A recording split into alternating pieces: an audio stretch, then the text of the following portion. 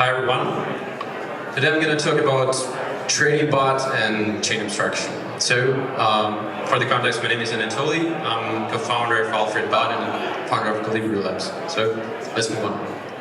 So last year, we've seen the phenomenon that more and more users started to using trading bots, and they use them more than traditional DM front ends and non-custodial wallets. And for the context, like the trading bot is just the messenger interface on top of centralized server, which hosts your EOA and then executes some automated trades, mostly for some speculation use cases and for some automation stuff.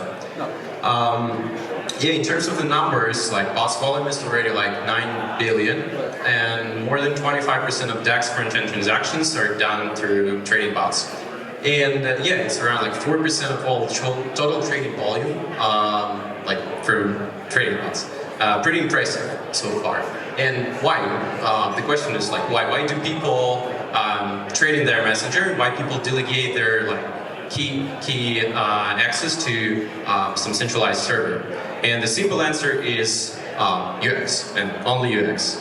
So basically, we cannot deny the fact that speculation is one of the largest crypto use cases. And people like to speculate, and people do speculate a lot. They do speculate with leverage trading on centralized exchange, and they speculate with meme coins and cheat coins trades on DeFi. And basically speculating in your traditional DM front end has some UX challenges. Especially when you're dealing with shitcoins. So you have front-running RPC issues, lack of automation tool, rug pools, etc., etc., etc. Your enable is to make gas fast. And basically, trading bots, they just give you ability to do it fast and speculate in your messenger, exactly in the place where you find alpha. But today, they abstract away all those tech challenges and risks for you as a DeFi user. But actually, bots can be better. In the context of fragmented liquidity, the domain switching becomes a real challenge. And why? Because basically crypto narratives, they're highly dynamic. So we have BRC20 stuff, then we have base snipes, then we have Solana meme coins, a moment of silence, and then everyone back to Ethereum with ERC404. No one knows what it is, but yeah, something happening there. And people need to bridge their assets from one network to another in order to speculate, and they need to take care about how they manage that liquidity, and that's actually fine for advanced agents who are active DeFi users because they have each specific niche tool on each network for each use case. But it's not very good for a regular Web2 user who also want to speculate, because speculations is one of the largest crypto use cases so far. The ideal solution for them would be some magic black box, and the user just pass the intent and say, hey, print me some money, and the magic black box, DeFi black box, print you money. Or experience, maybe not money. That's actually a tricky part to implement, but if we will optimize some components of the existing infrastructure, we'll basically improve UX a little bit. Not in that way, but a little bit. So there are two main things. So the first of all, user should have ability to specify his intent in multiple ways. So user should be able to specify his intent using text message. He can be able to pass the link to Twitter post, or he can do the voice message and send it to the bot. And basically this message, the trading bot should recognize that intent and find the right solver which will execute and fill that intent. And that, right now, Telegram bots, they operate a single solver, solver for single use case, but they actually can and should use multiple solvers. Moreover, those solvers should be chain-specific solvers and use-case-specific solvers, because some are good at snipes, some has their own liquidity, or some can bring off-chain data to the game. So, and with this picture, it already looks a little bit better for the regular Web2 user, because it opens and unlocks a couple of more use cases. So the user heard about some new meme coin listed on Blast, and he said buy this meme coin fast, I found the Twitter post.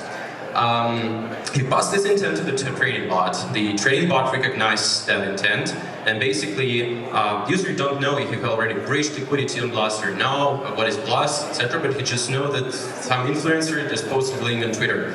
And basically, trading bot finds the right solver on the destination network, frees some required amount of money on user account and acts as an escrow in this case, and yeah, waits until like solver will fill the intent and lend the required amount to the user wallet on the destination network.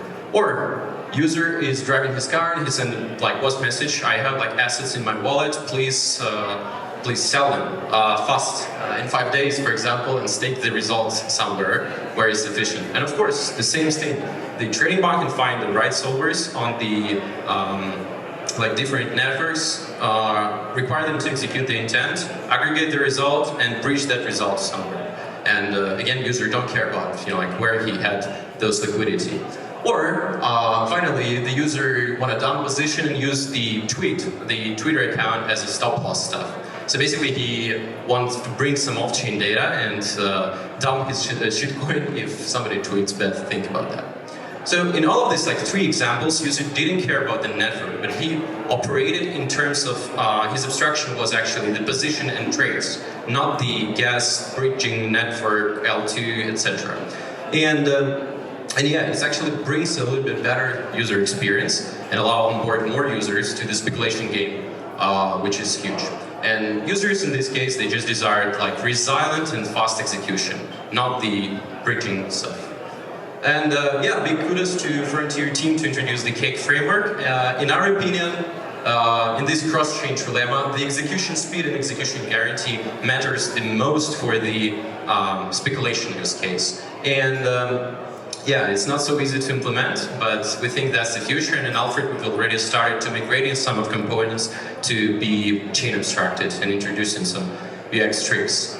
But yeah, some predictions from our team. So we think that in future, like in next 12 months from now, user will be able to buy any token anywhere. User will not care about the gas fees because they will be abstracted.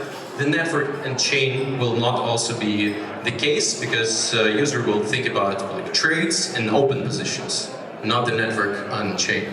And yeah, as a bonus, solvers will bring more off-chain data to users and allow users to do the stop loss and Twitter post. That's pretty it. Thank you for your attention.